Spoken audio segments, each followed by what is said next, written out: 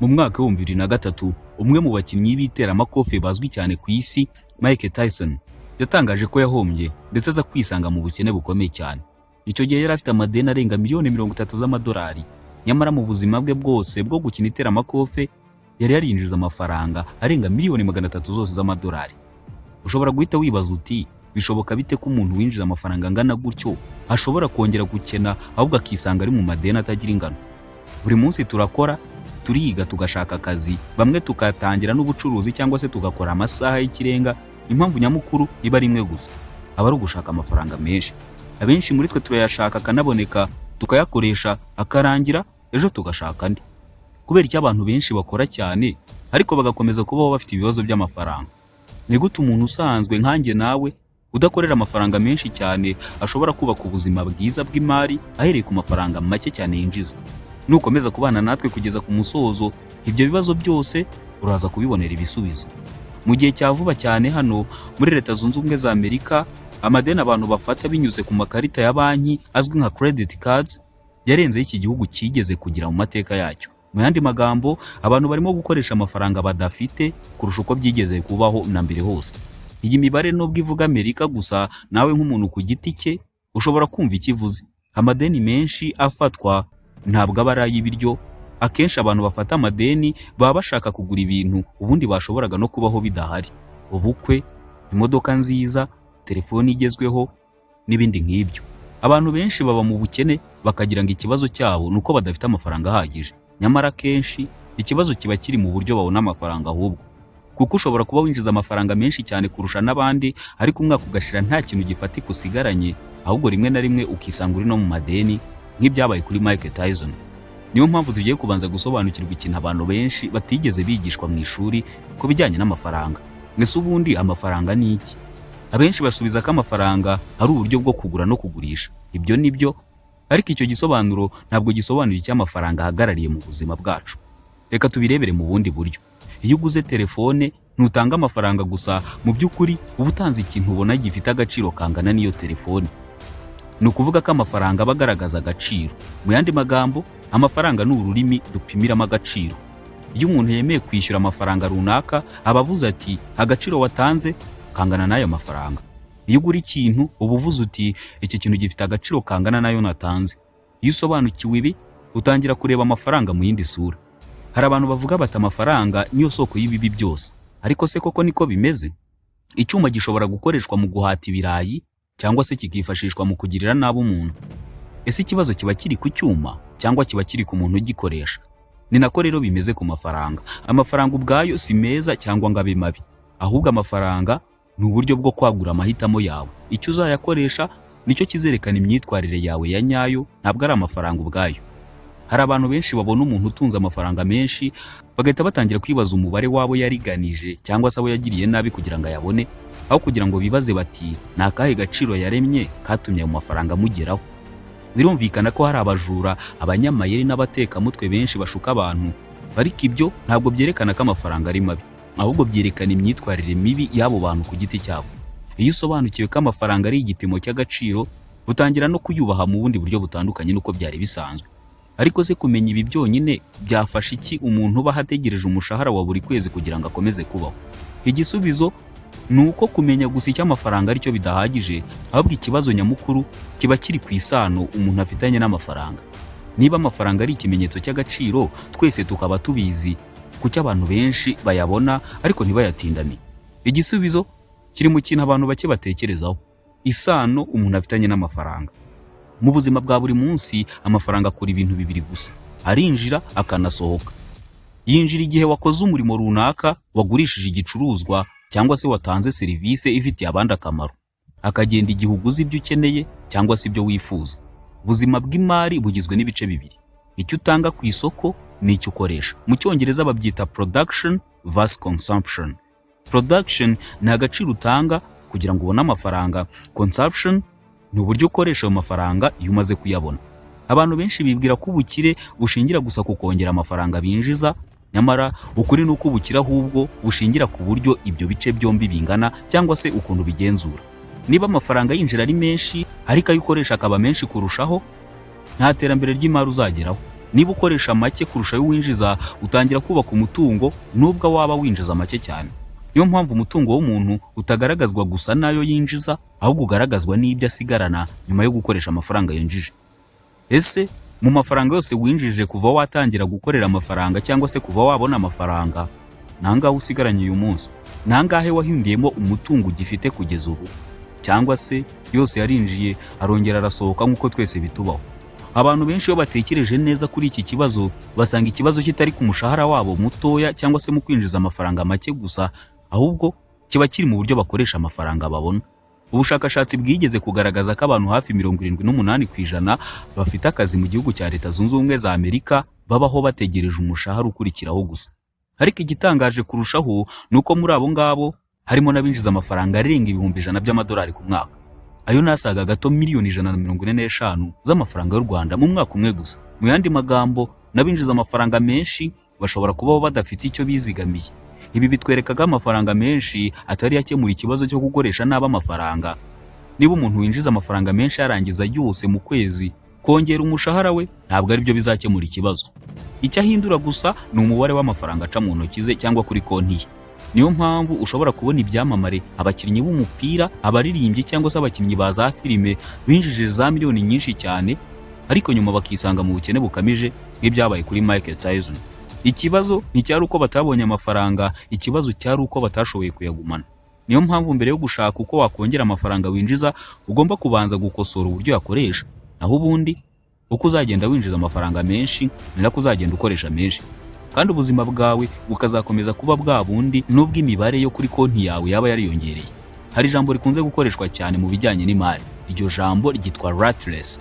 Abantu benshi batekereza ko ratless ari ugukora akazi ka buri munsi kuva saa moya kugeza nimugoroba, ukwezi kugashira n'ukundi kukaza. Gusa ratless nyayo ni ukubaho ku buryo buri kwezi uba utegereje umushahara nk'utegereje umwuka wo guhumeka. Ni ukubaho uzi ko nutinda guhembwa cyangwa se ukabura akazi ukwezi kumwe gusa, ubuzima bwawe bwose bushobora guhita buhungabana. Iyo ugeze muri uwo mwanya, akazi ntabwo kaba kakiri amahitamo, ahubwo gahinduka ikintu ugomba gukora uko byagenda kose kugira ngo ubashe kwishyura ikiguzi ubuzima ubayemo bukwishyuza. Bitewe n'ibyo, ikibazo gito gusa gishobora guhita kiguhungabanya: kubura akazi, kurwara, impanuka itunguranye, cyangwa se ikindi kibazo utari witeguye, kuko nta mutekano w'imari uba ufite. Inkuru nziza ariko nuko ibi byose bishobora guhinduka, kandi impinduka ya mbere ntabwo izatangirira ku mushahara wawe uziyongera, ahubwo izatangirira ku kumenya neza aho amafaranga yawe ajya.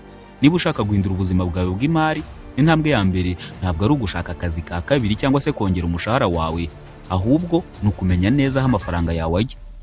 Birumvikana nk'ikintu cyoroshye, ariko nicyo abantu benshi batinya gukora.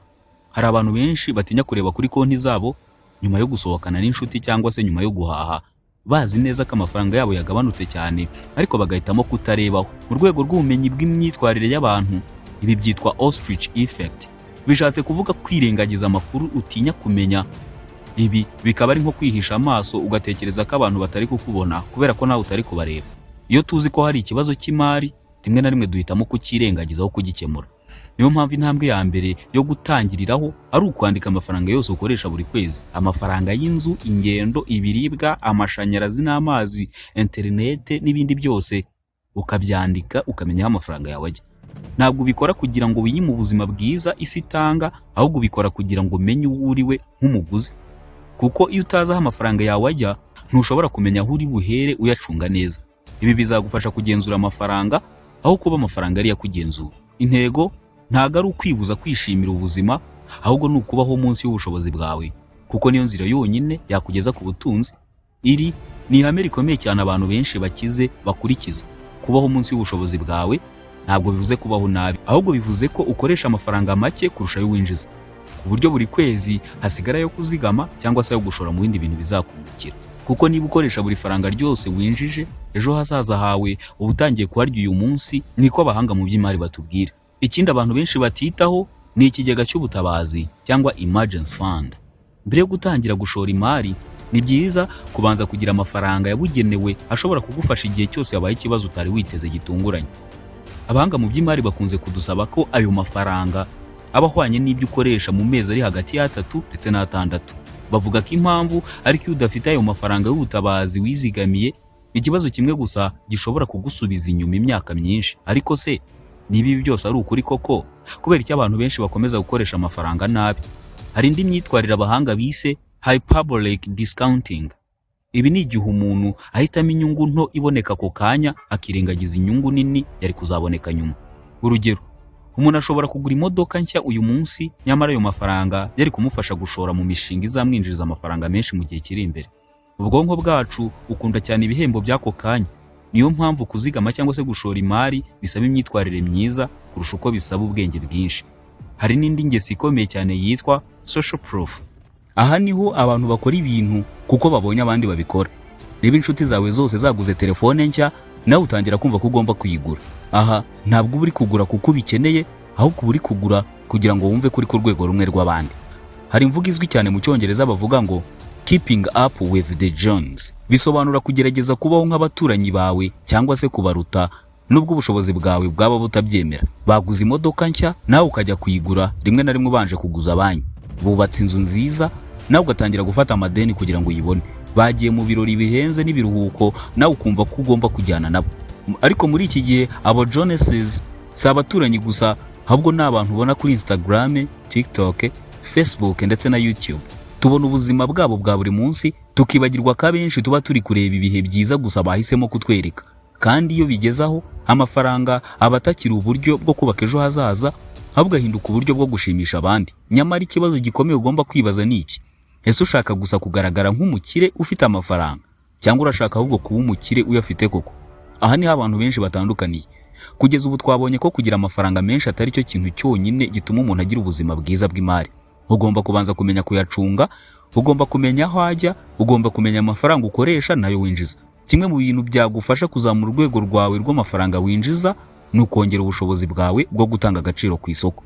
Nk'uko twabibonye mbere, amafaranga ni igipimo cy'agaciro. Iyo umuntu akwishyuye amafaranga, nuko nyine hari agaciro uba wamuhaye. Uko ushobora gukemura ibibazo byinshi cyangwa gutanga igisubizo gifite akamaro ku bantu benshi, niko amahirwe yo kwinjiza amafaranga menshi yongera. Niyo mpamvu abantu benshi bafite ubukire bunini cyane batabubonye gusa kubera kugabanya ibyo bakoresha, ahubwo babubonye kubera kongera umusaruro wabo. Kuba umuntu azi kugabanya ibyo akoresha ni impano ikomeye, ariko hari ikindi kibazo gikomeye. Ntabwo buri muntu ashobora kugera ku bukire bukomeye akoresheje kugabanya amafaranga akoresha gusa, kuko amafaranga hari umupaka wayo udashobora kugabanuka, ariko nta mupaka uhamye ku gaciro ushobora gutanga. Reka dufate urugero. Umuntu ushaka kugabanya amafaranga akoresha ashobora kugabanya ibintu runaka, nko kujya mu kabari kenshi, akajya agura ibintu bihendutse gusa, akagabanya imyidagaduro, ariko ntabwo azagabanya imiti muganga yamwandikiye, nta nubwo azagabanya amafunguro asanzwe afata. Ariko umuntu wongera ubushobozi bwe bwo gukorera amafaranga menshi ashobora kwagura uwo mubare cyane. Niyo mpamvu abantu benshi bafite amafaranga menshi bakoresha uburyo bwo gukora ibintu bigera ku bantu benshi. Twabonye urugero rwa Mike Tyson, umuntu winjiza amafaranga menshi cyane mu mateka ya siporo, ariko akarangiza ubuzima bwe afite amadeni menshi cyane. Ibi bitwereka ko amafaranga menshi atari garanti y'ubuzima bwiza bw'imari. Niba umuntu atazi kuyacunga, naho yaba menshi gute ashobora gushira. Niyo mpamvu intambwe ya mbere atari ukwibaza uti nakora iki ngo mbone amafaranga menshi, ahubwo ugomba kubanza kwibaza uti nihe sano mfitanye n'amafaranga.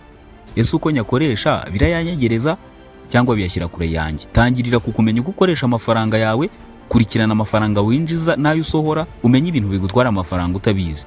Ntukemere ko amarangamutima cyangwa se igitutu cy'abandi bigena ibyemezo byawe by'imari. Amafaranga agomba kuba igikoresho kigufasha kugera ku ntego zawe, ntabwo agomba kuba ikintu kigutegeka. Niba wabanye natwe kugeza ku musozo, ndagushimiye. Gusa ndakwibutsa gukora subscribe kugira ngo utazabicikwa n'ibindi biganiro byiza nk'ibi tubategurira.